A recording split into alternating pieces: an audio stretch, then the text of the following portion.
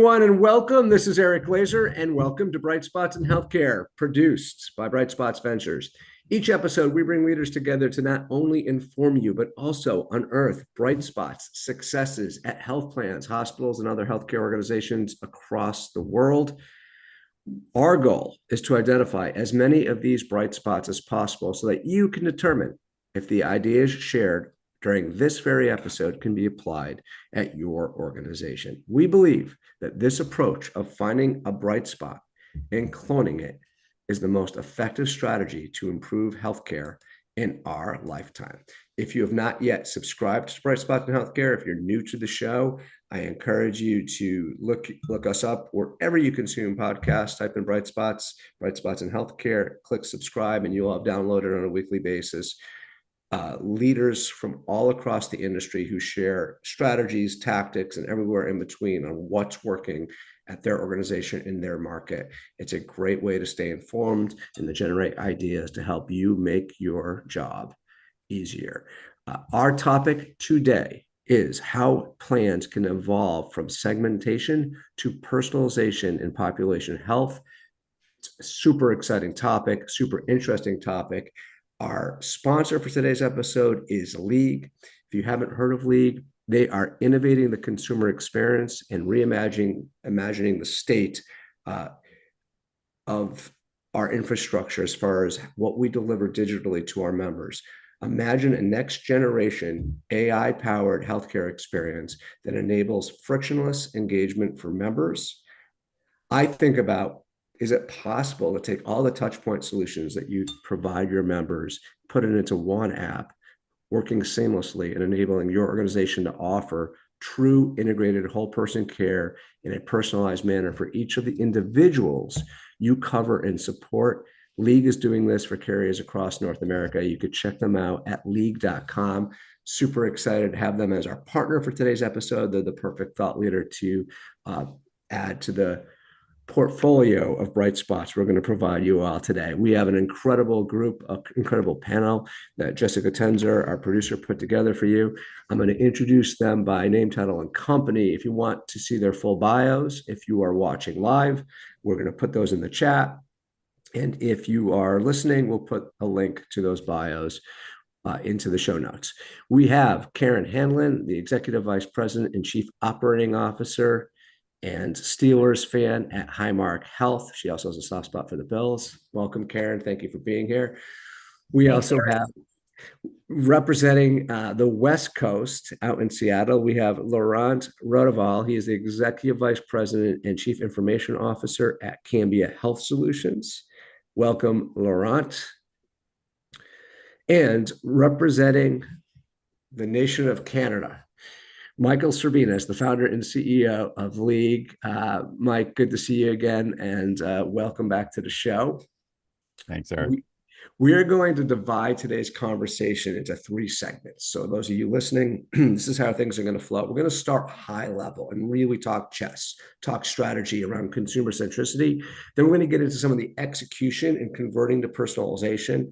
And then we'll talk about the why it's worth investing in a strategy and getting into the personalization and some of the foundational kind of reasons organizations are investing as they are. So it should be a really interesting conversation. Jam-packed. If you do want to help me co-moderate and want to throw in questions in the Q&A, I'll be monitoring those. Won't be able to get to everyone's questions, but if there's a few that are on point with what we're talking about, I'll definitely integrate them into the flow of today's conversation. Also, last announcement for now. Right around 45 minutes past the hour, if you're watching live, you're going to get an email from me, another one, I know, apologies, and it's going to be asking for your feedback about today's episode. Would really appreciate if you took the 2 minutes, multiple choice, 2 to 3 minutes, just to give us some feedback on how we did today, and most importantly, what topics we should be covering throughout the calendar year. That's how we get to serve you guys the way we have for the past 11 plus years doing this show. All right, let's start with strategy. As I mentioned, I'm going to bring in Karen Hanlon again. She's the Chief Operating Officer at Highmark Health. Karen, how is Highmark approaching consumer centricity, and maybe provide an example of how this sort of shift or mindset has influenced your decision making and the executive team's decision making? Sure. Yeah, thanks, Eric. So we started our shift in the mindset probably about 5 years ago, and we were embarking on a new, fresh strategy, and really just looked at the problems in healthcare and said, for us, we believe there were two big shifts that were necessary to solve some of those problems because they are decades old problems that as an industry we've really had moderate success in dealing with. The first shift was to change the way the consumers engage in healthcare. And the second was to change the way payers and providers interact with each other as well.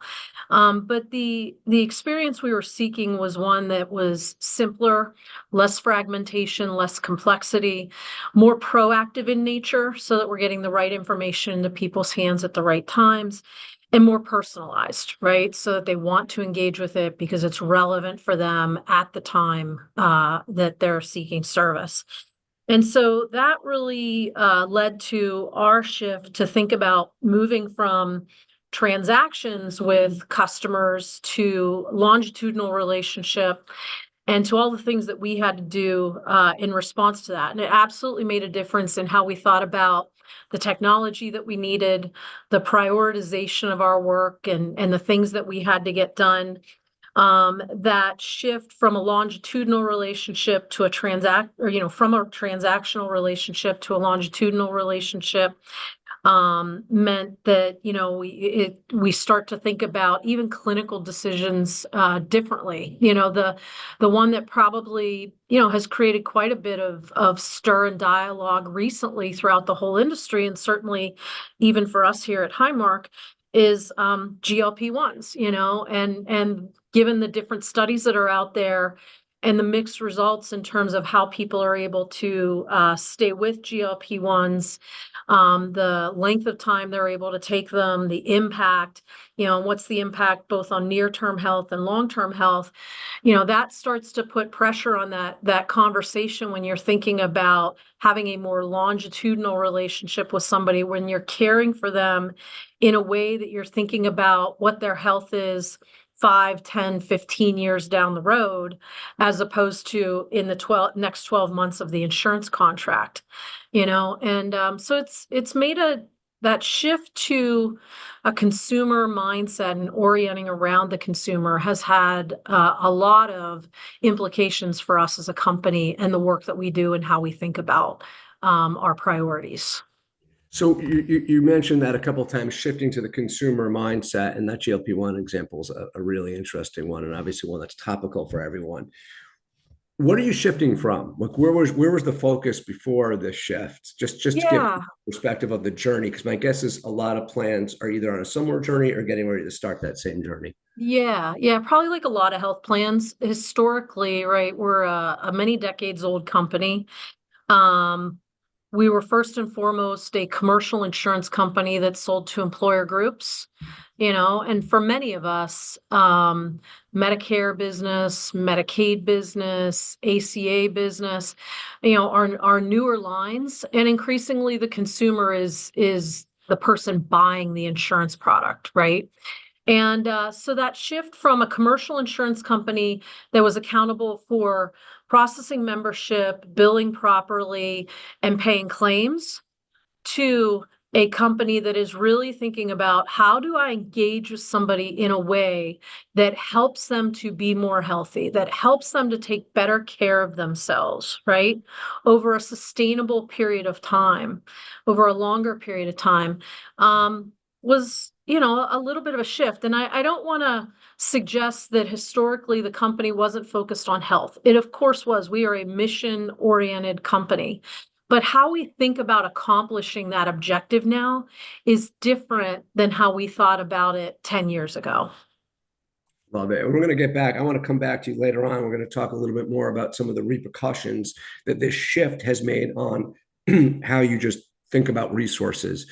But Sure. before we do that, let's move on and take another perspective. Similarly, so on the West Coast, Cambia is focused on delivering a more person-centric care and doing it in a frictionless way. So Laurent, again, Laurent Rotival is the chief information officer and EVP at Cambia Health Solutions.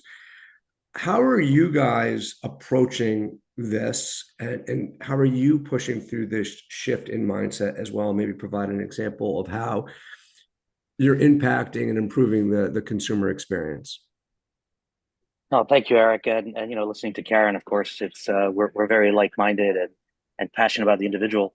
A little over a decade ago, our leadership team decided with a similar view on sort of the transformation we were seeing, outside of healthcare, right? This sort of consumerization, this personalization, the emerging technologies, whether it was the smartphone, with the internet, of course, prior to that, of course, the portability of the smartphone and seeing how that had transformed all of our lives, right, outside of healthcare. It made total sense, and to some degree was very embarrassing to realize how far we had to go in healthcare to kind of match and replicate those initiatives. Cambia has been for over a decade now, core to its purpose is to really serve the individual in the most personalized way possible. And the individual, again, similarly to Highmark, we're an organization that's for Blue Cross Blue Shield health plans in the Pacific Northwest and in Washington, Oregon, Idaho, and Utah. And so our core focus has been serving self-funded employers, fully insured, ACA, Medicare, et cetera.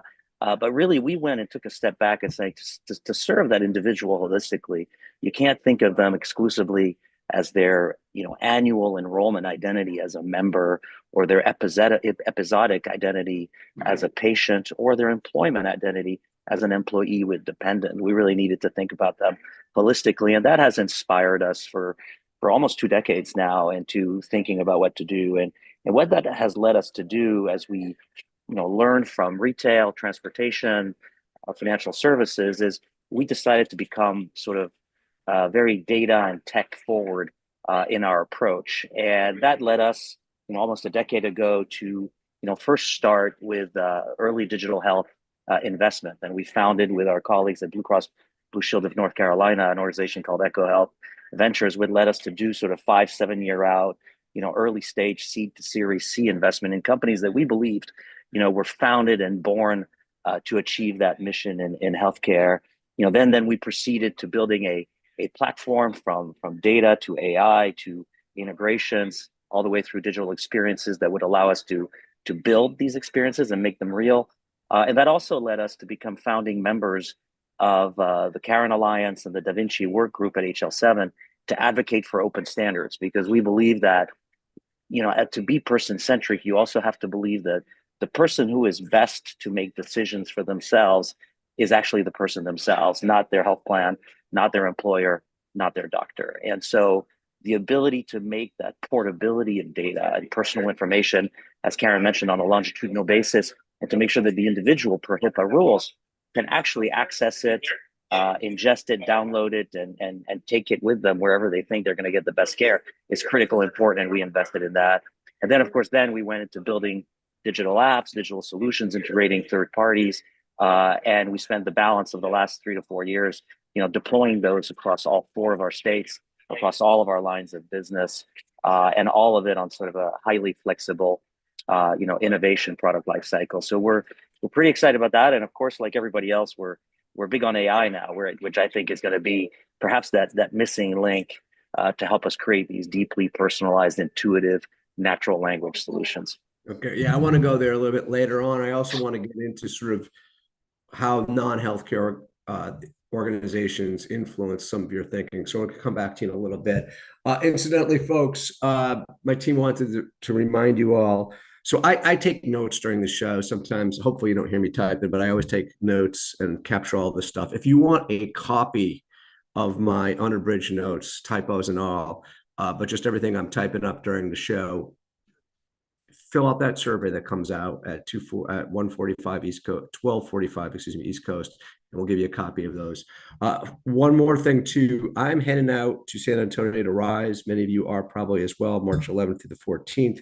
If you want to connect one-on-one, let us know. We'll put up a poll and I'll reach out and have my assistant reach out. We can have some time to see each other in person. I love doing that at those big industry events, like I did with Karen just a few days ago at Vive. So Karen, coming back to you, you talked about how historically you were focused on group customers, even though you were focused on well-being of the individuals. The strategy of Highmark was groups. So we started talking about this when you were answering your initially. Let's talk, how does this evolution from group to consumer, the individual, how does this feel and look within the organization? How does it influence decisions, and what are decisions that you have to make that where maybe you're getting a different answer than you were maybe 5, 6, 8 years ago when you were focused on the group? Maybe provide an example of how things are going there and what a decision-making process looks like today at Highmark versus maybe 8 years ago, 5 years ago.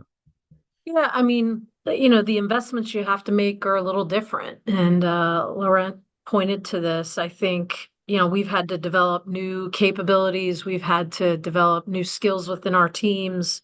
All starts with data, so we had to undergo a significant data effort first, build out that longitudinal record about the individual, develop via the standards that were referred to, the capability to transact data back and forth so that the clinicians had all the information that we had, and similarly that we had all the information that they had, to best serve that joint customer. So there was a lot of capability build that we had to go do. And then, on the other side of it, frankly, because you can't, when you think about the cost structure of the company, you can't just add all of that. We had to find places where we were doing things that we could be more efficient about. And frankly, that the consumer and the employer valued a little less. And we had to get more efficient about those things and make changes in kind of the legacy activities of the company. And those things play out, every day as we're prioritizing and making decisions, that we're creating space to really invest in that consumer experience. We've got League here, of course, today. We put an entirely new digital front door in place, and we're using that as, the spot for our customers to come to access everything that they need to access, to make it as simple to access that as it can possibly be, to enable the experience in a way that they don't have to go 10 different places to find something and sign off or sign on to those applications, 4 different ways. And so we've deprioritized some investments to make the room and the space to invest in the things that we needed to prioritize the consumer. Yeah, those are tough calls, but you have to make a commitment. The organization's committed. And I think, so in the boardroom, you make this big corporate strategy shift to the consumer, and then strategic initiatives to execute on said strategy is the hard part, right? Execution, devil's in the details. So I want to talk now about how health plans are moving from segmentation to personalization. So I want to bring in Mike Serbinis. He is the founder and CEO of League. And Mike, what steps now do executives need to take so that they could effectively operationalize personalization at scale, right? We heard both Laurent and Karen talk about the importance of data and the importance of figuring out how to use that data to go from segmentation to personalization, but that's super hard to do. So can you share an example of how that all works? And yeah, of course. I think first of all, everybody wants it. There doesn't seem to be much doubt about that. The idea of helping guide plan members down to the N of 1 to help them get the right care at the right time comes with all kinds of benefits and outcomes and economics. To do that, and you've heard this in both Laurent and Karen's overviews, you need a unified experience, one place to go to access the services that matter to people versus 38 different places to go, and it's a treasure hunt, when you actually need something. A unified experience is one. 2, having the underlying data and operational model to touch members, enable you to touch members not once a year or once every other year or only at open enrollment, but daily, weekly, monthly, not only when there's an episode of care. And to enable that, you really need to unify your data to deliver that kind of individualized experience. We've done this with Highmark and many of our, I would say almost all of our clients, leveraging Google Cloud, bringing in the data, normalizing it to FHIR. You heard about Laurent describe their involvement with HL7 and the standards. So standard format, and then really leverage a recommendation capability, AI, machine learning, to drive people to the right action at the right time. Last year, we delivered 100 million of those recommendations to our end active users, of which 65 million of those were actually completed. And if you think of that, I mean, that's an incredible conversion rate. Even if you think of normal standards around email open rates, maybe 1 or 2%, and then conversion from that, maybe a fraction of that. So leveraging the data to get to the right person at the right time with the right recommendation can drive huge conversion. And one example, and I'll just take a slice of what we've done at Highmark, getting people to be able to access mental health services that they otherwise would not have found or been able to access. Spring Health is a partner of Highmark's and a partner of ours, leveraging this personalization model. We drove tens of thousands of incremental users, 80% of which had never had a mental health appointment before or mental health treatment before, drove them for the very first time to get access to care. And that one slice, is worth millions of dollars of avoided costs or medical cost savings for Highmark. And of course, you could imagine the spectrum, doing this across all different types of acute and chronic conditions. There are similarly savings from personalization. Great. Love it. So I'm going to summarize that if I could get just high level for everyone, and keep me honest, Mike, because I may have gotten this wrong. But 1, you need to create a unified experience. 2, you need to unify the data to deliver that individualized experience. So they are able to do that sort of, I don't know if you called it one-stop shop, but it was I think you used the word 37 different places to go, create consolidate everything. And then the third is to use machine learning or AI or both to leverage that data to create actionable insights and recommendations. So those 3 things are sort of high level, the core principles there. Yeah, and the bow on top is the mindset and the operational change in your team, that this is something you do and that the system and the organization does daily, weekly, monthly, not once a year. So it's changing that time frame of how you engage the end plan member. So changing the whole culture. It sounds like a cultural change when you say mindset. Yeah. All right. This is actually a good place maybe to do my live read. I told folks that League helps support the show. I just want to give you a little bit more information about them because Mike kind of set me up very nicely for it. So we talked about what it could be like for a member if you have a seamless, personalized digital experience for each one of your members based upon their benefits that they have through the product they have, as well as what they need for healthcare. And in other areas of our life, we expect it, and we're going to expect it more and more in healthcare. So how do you do that? And I could tell you, as I know and meet and speak with all kinds of plans and other providers across the land, that doing that stuff is super hard, and trying to do it on your own is super risky. So imagine this: League, over 10 years, over $200 million invested in a platform that provides this consumer experience that allows healthcare organizations to enable their consumers to have an individualized, personalized, one-stop shop experience. This is super hard to do. They've done it. They're doing it for Highmark and other organizations you're going to hear about. It helps improve star ratings, your overall customer satisfaction scores. It drives more self-service, reduces operational costs, it closes gaps in care. I could go on and on. At the end of the day, it's a super, super invaluable for this industry. It needs to happen. And so if you want to learn more about how they're doing it, go to league.com. If you decide you don't want to use League, they have a ton of content on their site, so you can learn more things about what Mike's talking about, so you could potentially figure out how to do it in a different alternative way. I don't recommend it, but they're incredibly knowledgeable with an incredible lot of information. You could check them out at league.com. Laurent, I want to bring you back in, and I do want to talk a little bit, get into sort of your strategy and how you guys built the platform.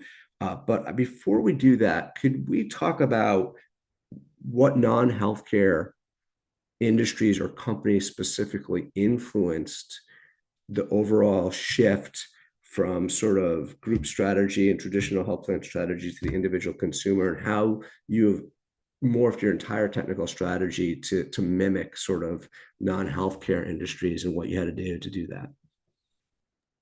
No, absolutely. Michael also mentioned a comment about time and speed, right? I'd say that's perhaps the most important and most dramatic shift, right? As we interact with a born on the cloud, retail, mobile, ubiquitous company, or a travel company, you get real-time answers. They're all very convenient in an app, right? Or an app emulator on your smartphone. The updates on your account, whether it's in the case of health insurance, would be accumulators to your HSA, your deductibles, your appointments, your commitment and confirmation of an appointment, the cost of what you're going to be able to expense, the time at which you will receive it is all very clear. And we expect that the information we're seeing is updated as we're taking action, as we're clicking a button to make a scheduling appointment, or as we're clicking a button to commit to something. Our accounts are automatically deducted. We automatically get confirmation of the order. We automatically get a date as to when it's going to happen. And we actually don't even challenge it. We take that for granted. In healthcare, all those things are unbelievably difficult to do, right? And a large part of that is because most of the legacy systems in healthcare, whether they're claims processing or claims administration or benefits administration platforms like Karen and I have, or whether it's electronic medical records, as most of our provider partners have, all of these are very large, monolithic workflow platforms that are not really designed to serve the individual. They're either designed, on the case of providers, to register a patient on an episodic basis and engage them into an ordering process and a codification process, which then leads to billing to health insurance, right? And in the case of a benefits administration platform on the health insurance side, it's about ingesting claims, processing those claims, and then paying those claims, right? And then we have a whole series of ancillary systems that do, case management, utilization management, and things of that sort. But none of them are really about making it easier for the member, the patient, the employee, the individual to access their care.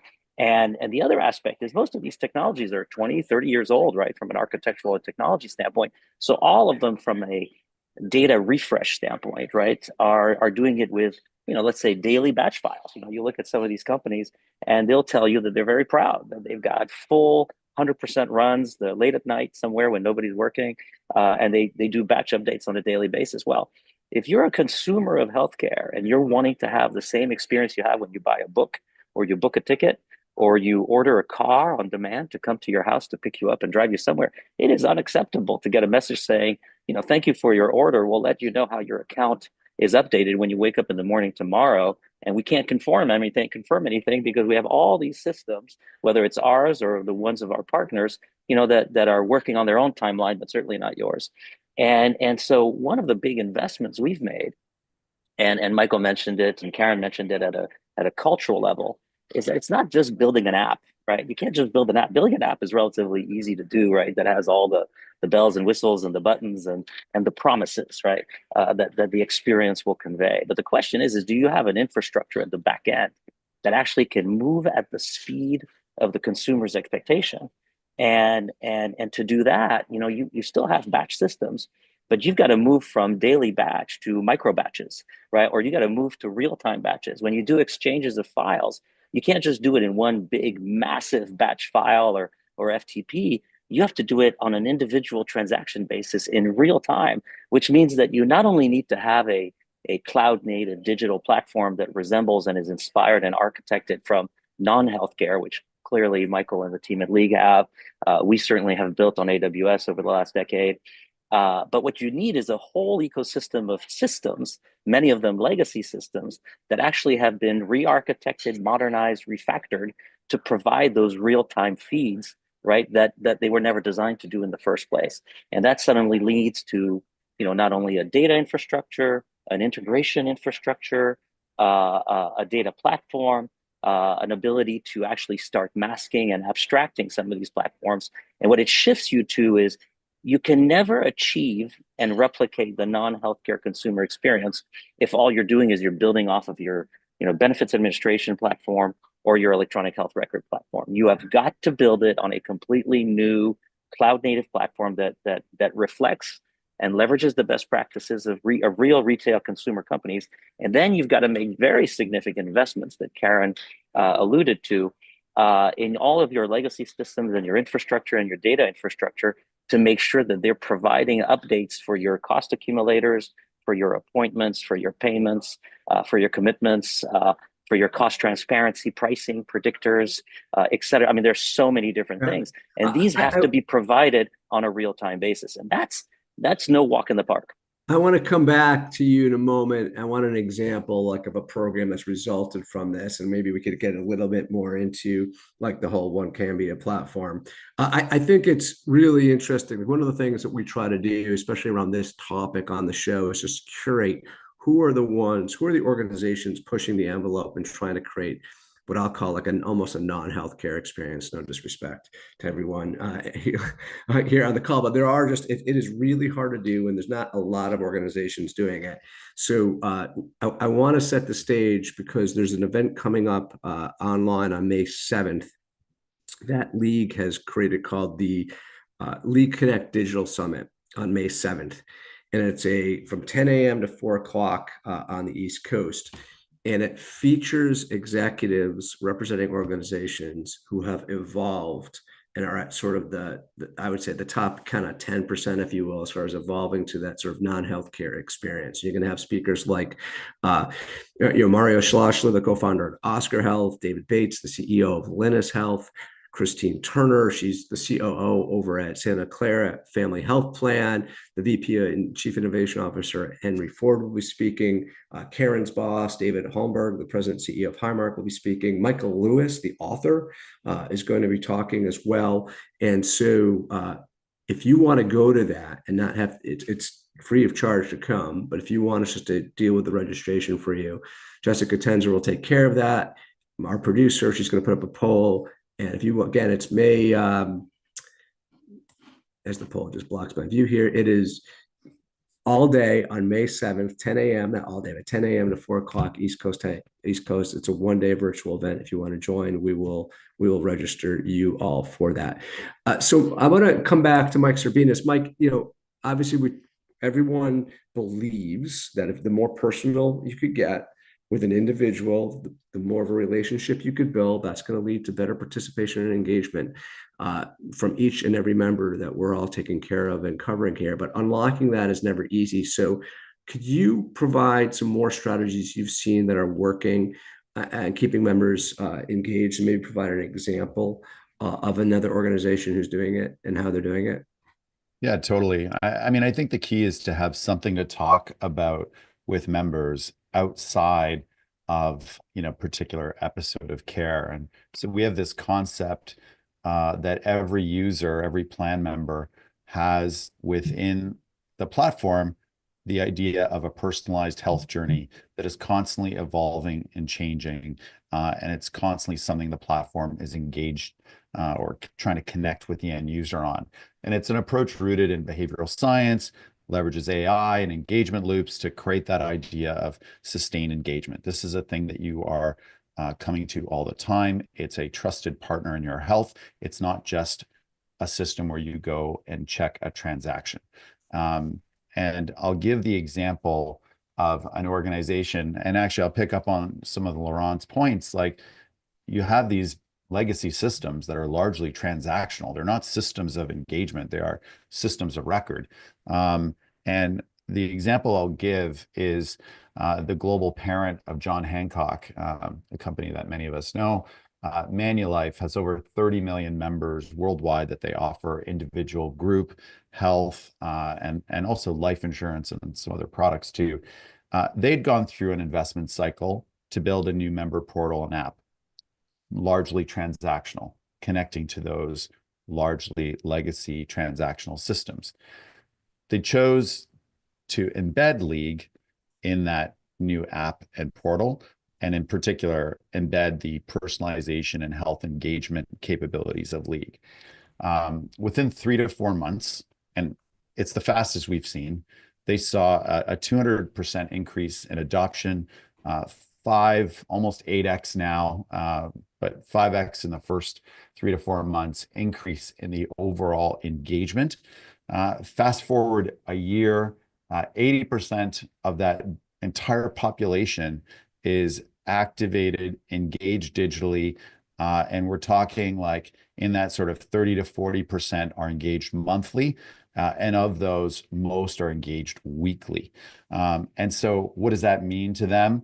I can give you lots of examples, but number one, a total reduced burden on their call centers. These call centers represent tens of millions of calls each year. So this is a huge savings for them, lowering their overall cost to serve. And then, of course, this personalization capability, connecting people to the right service at the right time, is also supporting care gap closure and journey adherence. One last one that I'll give you that is an exciting one, and it's, I would say, in a developing story, is they've grown an important new asset that they did not have before. And that is a far more rich, real-time, living, breathing picture of their population health. And so you could say, well, what do I do with that? And of course, there's many health outcome opportunities there, but an unintended opportunity is this idea, a very powerful idea and potential future tool of predicting capital reserves, really building up from the N of 1 up to the whole population of how much capital should we reserve for different health conditions and future risks. It's a totally different approach to looking up historical actuarial tables, building from this brand new data asset. It allows better forecasting and prediction, more accurate for all kinds of parts of your business. In this case, with an insurance carrier, it's all about how do you manage those capital reserves, and you're allowing them to get better at it, maybe even reduce it in different areas. And even highlighting, because you can do this now, building up from raw data, highlighting where it's worth investing and how much it's worth investing in each particular area to release or move reserves to other areas and be more efficient. Pretty powerful. Yeah, that's good stuff. And we're getting tight on time. I want to keep on rolling. This last segment, sort of the why behind all of this. I know it sounds potentially obvious, but this is, as in preparation for this show, this is some of the stuff I've been looking forward to the most. So I'm going to bring back in Karen Hanlon. Karen, you've obviously invested an incredible amount of resources into shifting your strategy and culture at Highmark. And so as you're thinking about your paying commercial clients, where, even though you're serving them well by serving the consumer better, you're now shifting your strategy, as you talked about earlier. So can you talk a little bit now about sort of what that looks like, what that means, and how that's sort of impacting Highmark as an organization? Yeah, first of all, we believe that, as I said earlier, the pursuit of better health is this change in how consumers engage is critical to the pursuit of better health, and that is the most sustainable approach to really transforming healthcare in a way that we create longer term affordability. Without effective consumer engagement, we just really will not be able to get after underlying cost and change the cost trajectory, which we believe is critical. And at the same time, I think I mentioned this earlier, we also believe that we can enable that greater engagement through a tighter relationship between the payer and the provider. And so from a business standpoint for us, the why is to pursue the mission around health and focus on that engagement as a key enabler.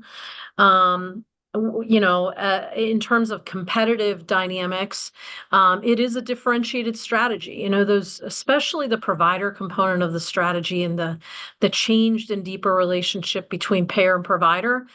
In most of the markets that we serve, we have enough market breadth and depth that we can have really deep work with the providers that is meaningful for both us and them, and that ties to that different consumer experience and different level of engagement with people as they're, traveling their health journey. And so it's just been really important for us as we pursue the mission, but also as we pursue the competitive differentiation in the market. So for you guys, it was all about how do we get, now you could create a competitive differentiator in your market. I know, you compete against nationals. You're probably not going to be allowed to scale them, but you certainly now have an additional potential advantage against them in your markets. And what about for sort of the individual business, sort of the ACA, MA, even K? Yeah, I mean, same concepts apply, and I think at the beginning I referred to the personalization as kind of a key tenet of our strategy. The understanding of that individual, the tie-in of that understanding to how we think about what will resonate with that individual, what do they need at the moment, how does that tie to the re-enrollment process? I alluded to earlier just the change in the way that people purchase their health care, and the shift that's happening really to government programs in most markets where the individual is deciding, but even within the employer group strategies, right?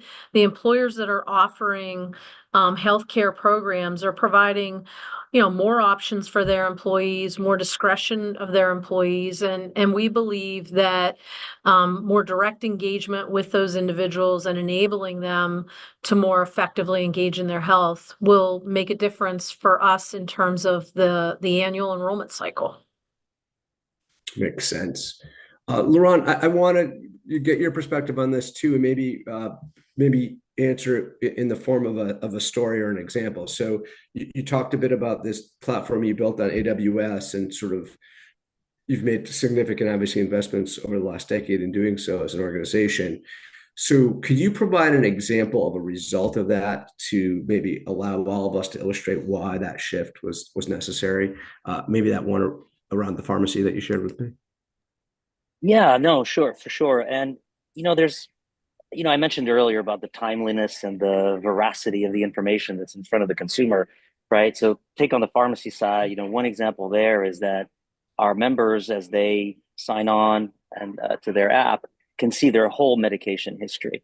And immediately based on that medication history, we have a service that's obviously through integrations at the back end, but invisible to the consumer. They can see the relative effectiveness at all times.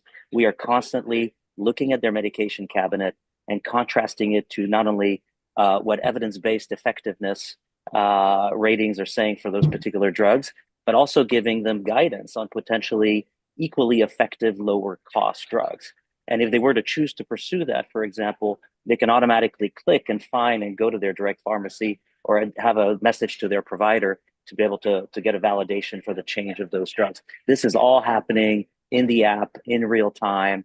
And if they have questions, of course, they can click, as you would expect as a consumer in a retail environment. You can click and chat with a pharmacist, for example, and have in an asynchronous, either real time or asynchronously, have a conversation with one of our pharmacists to be able to ask questions on what the implications of a change might be, whether it's from a quality of life, contraindications, or potentially cost. And so that is a relatively simple but very powerful and highly used example. One of the other aspects, and I think can I ask you a follow-up? I want to ask you a follow-up to that, because it's actually not my question, but I've been holding off, and it's from an audience member that submitted it. What were the necessary processes and data changes within your platform that you had to make to allow that personalization for your pharmacy program? So one, you have to ingest all of the data, right? And so some of it is claims-based for the history. The evidence-based efficacy data comes from other sources externally, right, to Cambia. The consumer behavior data also comes from internal behaviors, either from our claims platform or other behavioral data sets that we have. From a standpoint of pricing, you actually have to go and pulse the pricing from specific, third-party resources. Looking at the risk profile of the individual, you also need to look at social determinants of health and a series of other qualifiers for the individual that help you understand what their relative risks are based on SDOH or other criteria. And all of this needs to be ingested. All of this needs to be updated on a high frequency basis, different frequencies on the type of the data. And then, of course, you need to have an assurance that your data is complete, is high quality, is relevant, is the person's data. And then you need to transform that data to provide insights to the individual so that that individual then can take action. This is what has required us to build all those layers in the stack that we were talking about earlier. And that's just one use case, right? But you can apply this to many others.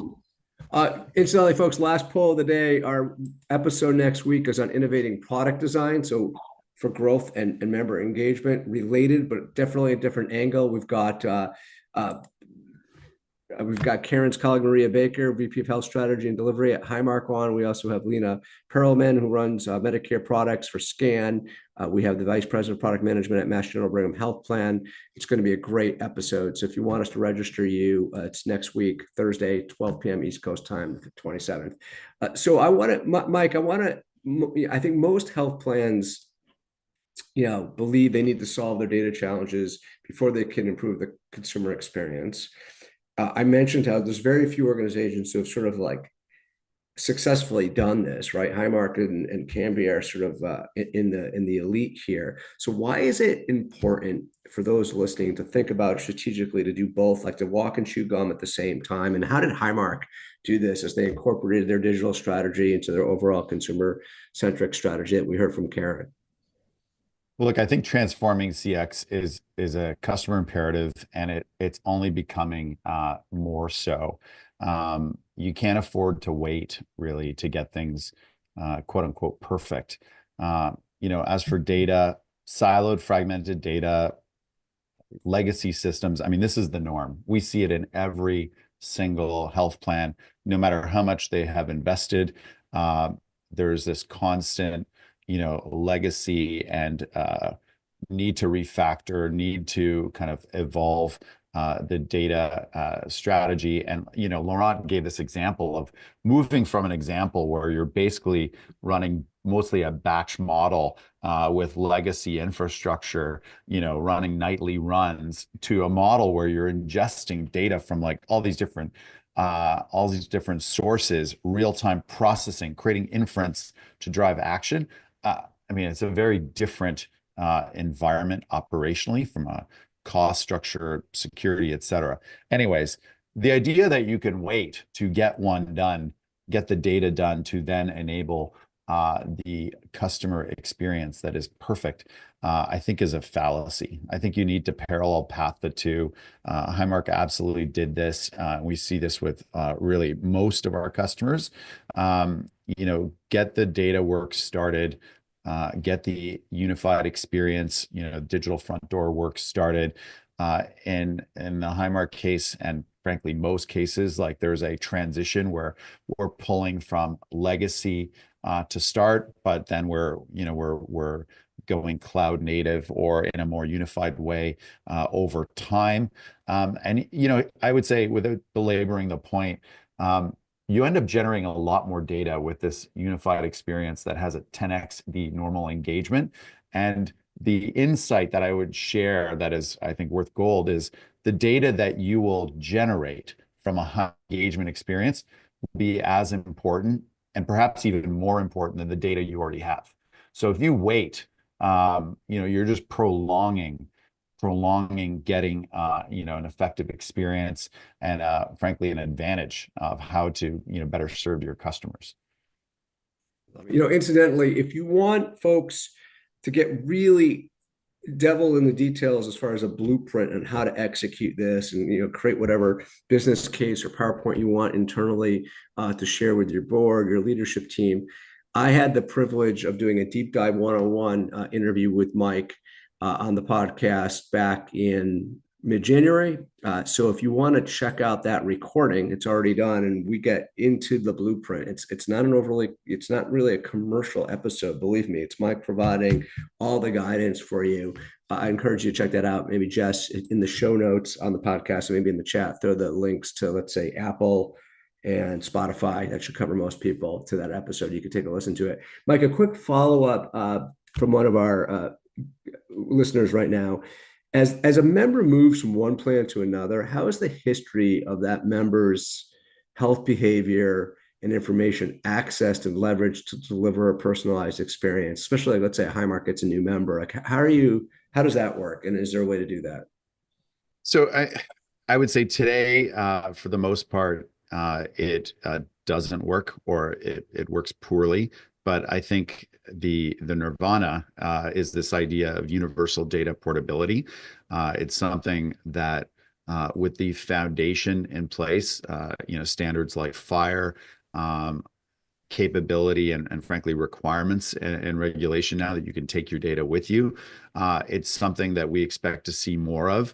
We talk about this concept of the League network, where we expect most of our deployments to enable that kind of ingestion, so your data goes with you wherever you go. And honestly, if you want to get to the idea of personalization and driving the optimal sort of end result, you want as much of that data to go with you as possible. So universal data portability, I think that's where we're headed. There's many glimpses of it today, but I would say we're not there yet as an industry. Good stuff. I want to come back to you for one final question, but before Karen and Laurent, last question from the audience I'm going to take. Our guests have first. Karen, has Highmark done a financial analysis of the revenue expected from this investment over time, and how much of the balance sheet will personalization contribute over time? Do you have a sense of that, or could share at least a mindset behind that? Yeah, I mean, I would say a couple of things. So at a macro level, of course, as we were embarking on this, we had a view and a business case of the benefits that would be derived. And as you would imagine, they took the form of increased enrollment within the health plan, care cost savings associated with, that healthier outcome, those sorts of things.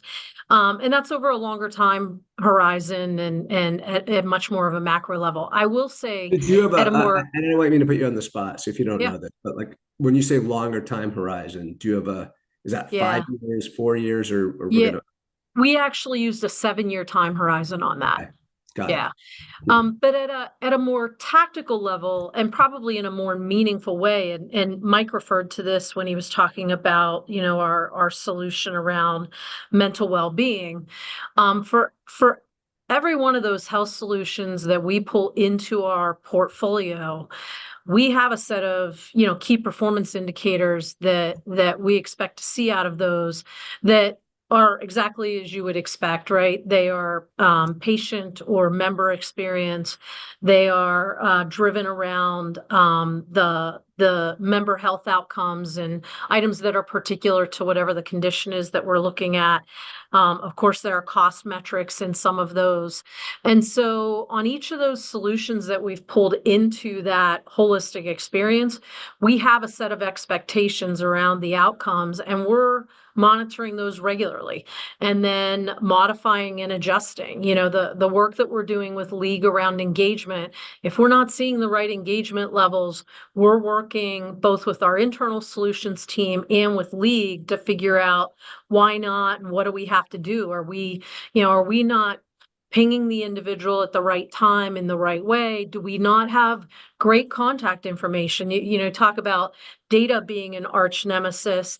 I would throw into that category contact data and contact preferences as another area where, as a subsection of the data topic, you could probably have your own show on.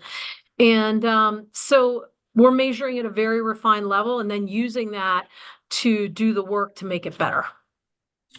Ron, I'm going to ask you the same question in a moment, but quick follow-up to that too, Karen. So as far as you're in, let's say MA, where a lot of people have a lot of stake in MA, have you seen any impact through sort of your digital strategy around retention or anything like that yet, or is that still too early to tell, and the impacts of the league? It's definitely still too early on retention.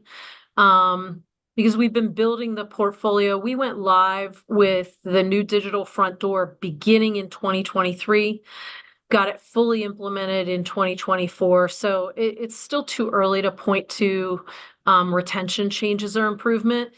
But I will say when we look at the experience broadly, and I'll use Western Pennsylvania as my example, we are absolutely seeing a different net promoter score in Western Pennsylvania, which is where we have kind of the deepest set of capabilities, both from an engagement standpoint, but also as it relates to that payer-provider relationship. We're seeing the highest net promoter score in that market relative to any of the other markets. And we see the differential in that net promoter score when we're doing the deep work with the provider or not, right? So even within Western PA. We're feeling increasingly optimistic about the demonstration of outcomes and proof points. We've got documented savings at this point on our virtual physical health program. And as Mike said, we're identifying who to push that program to. We're pushing it through our My Highmark platform, and people are engaging quite effectively with it. And as they engage with it, we're seeing a high customer satisfaction score, and we're seeing improved clinical outcomes that are driving savings financially for the employers that are buying it and for our fully insured book of business. And Laurent, similar or anything to add as far as your perspective from Cambia? No, for sure. I mean, we're winning more business. I mean, we've been in production for a number of years. We're winning more business. We've got probably a 10x increase in engagement over the last few years of our members. We've seen a 170% increase in finding care, where our members are actually identifying the providers, the cares, the specialists that they require, and they find it easily and they take that action on their own. And of course, that's expanding the population of members that are taking advantage of all the programs and the investments we're making on their behalf. And as Karen suggested, it's leading to significant cost productivity and utilization, because they're getting the right care at the right time, earlier, on the basis of their needs, and it's allowing us to serve our members far better than we did without it. I'd also add that from a cost standpoint, and Karen alluded to prioritization and how difficult that can be, we've chosen years ago that this was going to be the way we do business. And so we have shifted. So actually on a year-over-year basis, if you look at our total technology investment and operating cost, we have actually managed to achieve cost productivity so that there is no net increase in cost from this strategy. So it's leading to benefits in utilization. It's leading to a higher win rate in our commercial teams. It's leading to higher engagement, higher confidence, better care, better quality outcomes for our members, and no increase in cost at an operating level. So it's pretty exciting stuff. Mike, what's the easiest way in the last minute here to take that first step? Like if they were going to go to the league website, like if you were, this is a big shift, right? What's the easiest way of doing this so that it doesn't look too daunting for everyone? And we'll close it out with that question. You can absolutely come to the league website, reach out to me direct, mike@league.com, or come and see us at one of the many events, Vive, Health Evolution Summit, and we'll be happy to engage right away and help paint a roadmap for you. Right. If you need Mike's email, again, it's mike@league.com, or you can contact me. I'll make an introduction. Everyone, thank you so much. Really appreciate it. This was great. We could have gone another hour. I've got all kinds of other questions I want to ask, but this was awesome. Thank you all for the time you took to prepare for this. For everyone listening, watching, thank you for tuning in. We do not take the time you spend with us lightly. We hope you use the ideas, the insights, the bright spots shared today to inspire your thinking and enhance your company's approach to improving healthcare for all of us, frankly. So We do produce this show for all of you. Remember, this is your Bright Spots in Healthcare podcast. Thank you very much, everyone. Have a great rest of your day. Take care. Thank you. Thank you. Good stuff, folks. Thank you very much. All right. Jess, if you could stop recording, my view is just so messed up right now. Actually, I could do it. Sorry. Thank you very much, guys. Really appreciate it. I don't know if you noticed, I'm on two separate computers completely because I'm in a different location because of the internet fiasco I had this morning. I hope that didn't distract anyone. And you guys were all great. This will drop on Tuesday. The YouTube video will be available in moments. I really appreciate it. And if you want, I'm happy to make a group email introduction to all of you guys if you want to stay in touch. Sounds good. Thank you, That's Eric. great. Appreciate Thanks, it. Thank you. Great job. Great job. Thanks, Thank you. everyone. Thank It's you really all. nice to work with your Take care. teams. Thanks for all your efforts. Thanks, everyone.